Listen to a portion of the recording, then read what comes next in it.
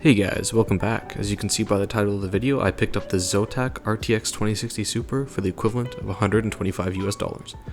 In reality, it actually cost me about $175, but that's because I'm in Canada, so for the purposes of this video, we'll use the US dollar conversion. The 2060 Super is actually quite different to the base 2060 in the fact that it has an extra 2 gigs of video memory. But does that really make a difference in 2024, and should you go out and buy one of these? Let's find out.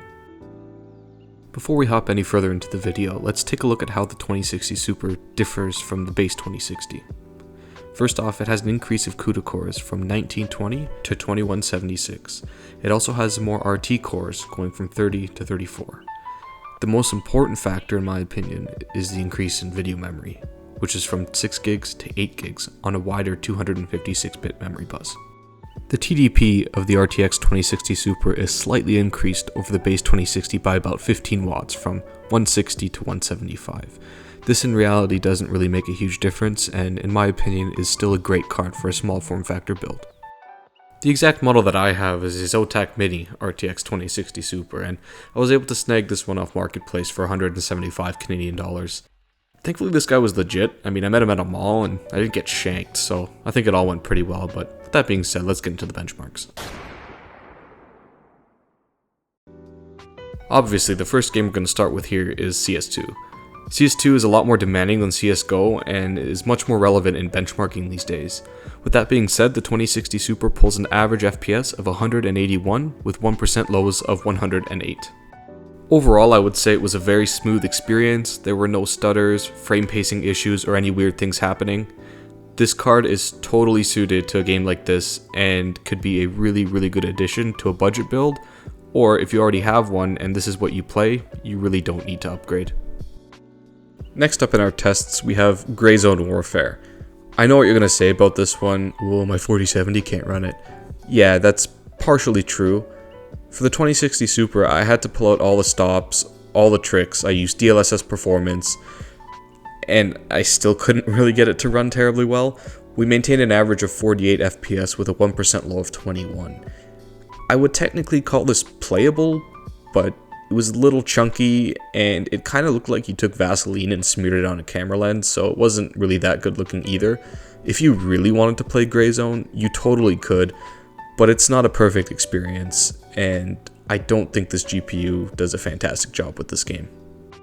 Next up is Escape from Tarkov. Now, this was definitely a redeeming run for the 2060 Super, as it was able to achieve an average FPS of 85 with 1% lows of 55. This experience was miles better than Gray Zone, or shall I say kilometers, but I digress. Anyways, this was run on high settings as compared to low for Gray Zone, and even then, this just performs so much better. I didn't notice any frame dips, any stuttering, anything weird going on.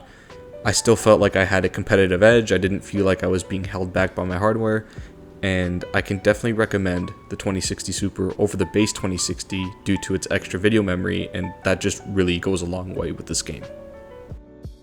The next game we're going to be testing is Insurgency Sandstorm.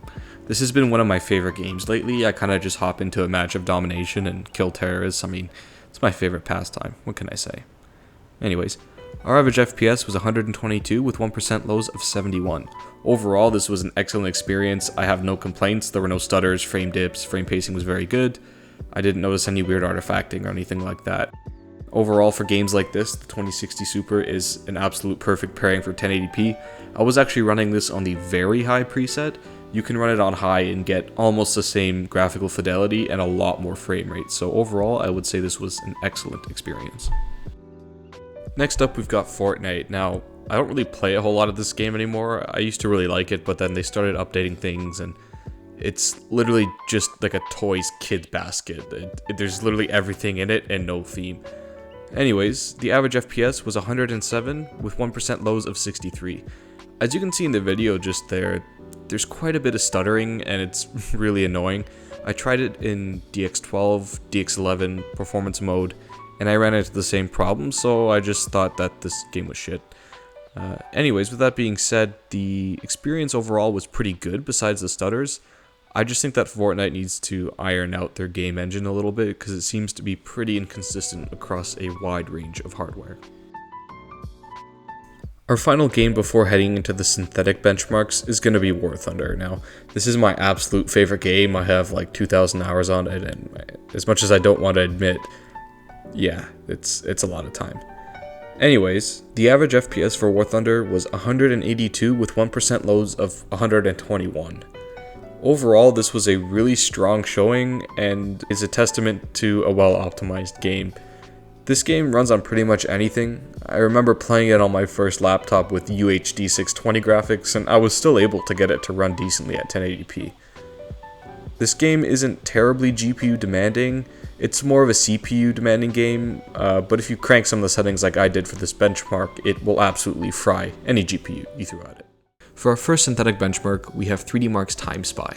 The RTX 2060 Super achieved a score of 8,527 points. This is a pretty substantial improvement over previous 60 series cards, such as the GTX 1660 Super and the GTX 1060.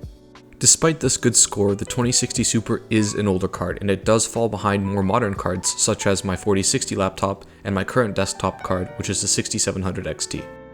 Our last synthetic benchmark is going to be Cinebench R24, and this is because they just released a GPU benchmark, so I thought I'd give it a shot. Anyways, the RTX 2060 Super gets a score of 5,763, and you'll notice I don't really have a whole lot to compare it to, and that's because it wouldn't run on anything else. The GTX cards that I tried, it just said benchmark failed. My 4060 laptop crashed during the benchmark and I couldn't get it to have a solid run, and my 6700 XT just straight up refused to start the test, so unfortunately, this is all that we have for today. As always, thank you very much for watching the video. Soon I'll be releasing my 5700X 3D video and comparing that to my old CPU, which was my 5600X, to see if X3D really makes a big difference. Anyways, thank you very much.